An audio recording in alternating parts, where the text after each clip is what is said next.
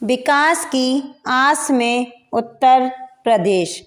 उत्तर प्रदेश के चुनाव नतीजे आने के बाद तमाम पहलुओं पर उसके अनादेश का आकलन हो रहा है।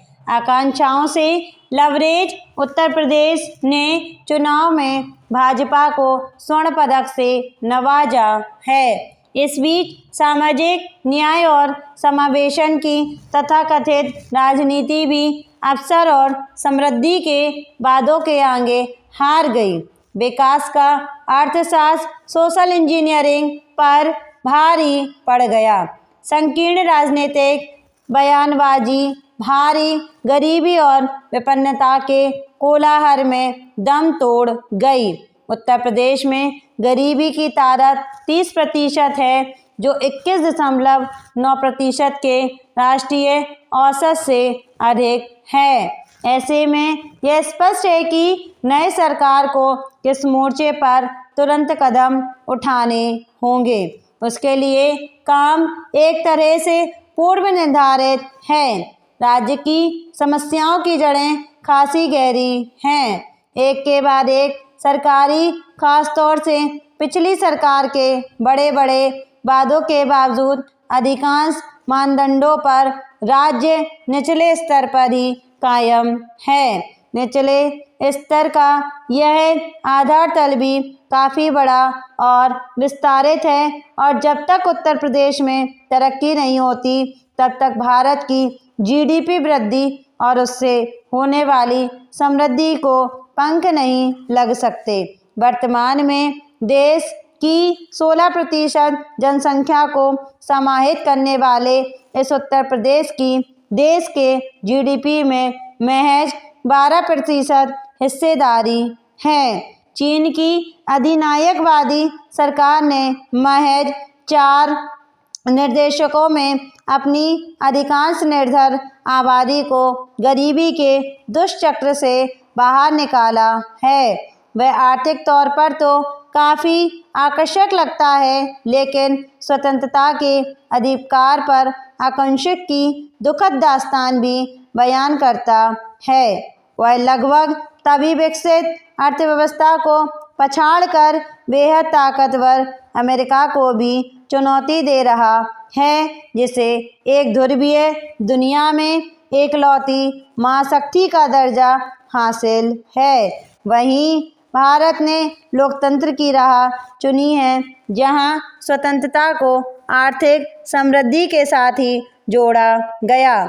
जब चीनी राजनीतिक नेतृत्व में 1970 के दशक में अपनी दिशा में आधारभूत परिवर्तन किया, तब तक जीडीपी प्रति व्यक्ति के पैमाने पर भी भारतीय अर्थव्यवस्था चीन से आगे थी। विपन्न भारत के समक्ष एक बड़ा सवालिया निशान लगता है कि क्या आधुनिक भारत के निर्माताओं ने जिस लोकतंत्र का चयन किया, वह हमारे समाज पर शासन के लिए उपयुक्त विकल्प है।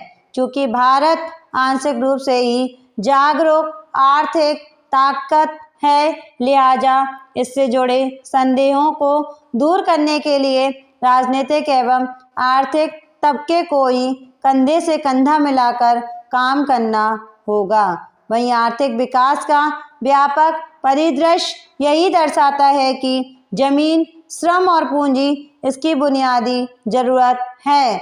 उत्तर प्रदेश के संदर्भ में यह आकलन करना उपयोगी होगा कि वहाँ इन बुनियादी पहलुओं की क्या स्थिति है। अवसरों के अभाव में श्रम शक्ति तो प्रचुर मात्रा में उपलब्ध है। इसकी एक वजह तो रोजगार के अवसरों का विस्थापन है, और दूसरी यही कि लोगों का अवांछित गतिविधियों में इस्तेमाल हो रहा है। उपलब्ध आंकड़ों के अनुसार उत्तर प्रदेश में सबसे ज़्यादा हत्या के प्रयास, दुष्कर्म, अपहरण, डकैती, दंगों और फिरौती के मामले दर्ज किए जाते हैं।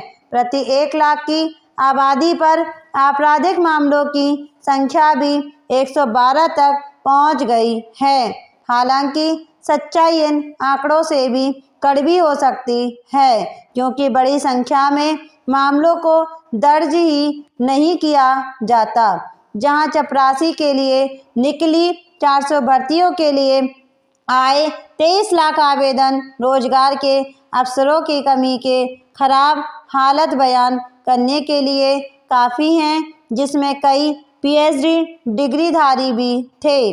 पिछले 5 वर्षों के दौरान राज्य में सकल पूंजी निर्माण में काफ़ी कमी आई है। वहीं प्रत्यक्ष विदेशी निवेश यानी एफडीआई भी 2.5 अरब डॉलर का ही हुआ, जो देश में हुए एफडीआई का महज 0.2% था। अगर राष्ट्रीय राजधानी क्षेत्र में स्थित नोएडा, ग्रेटर नोएडा और गाजियाबाद में सकल पूंजी निर्माण और एफडीआई के आंकड़ों को हटा दिया जाए तो प्रदेश की झोली लगभग खाली नजर आएगी। स्पष्ट है कि उत्तर प्रदेश का रुख करने में पूंजी संकुचा रही है। पूंजी रोजगार सृजन के लिए अवसर तैयार करने में मददगार होती है, जिससे धन संपदा बढ़ती है।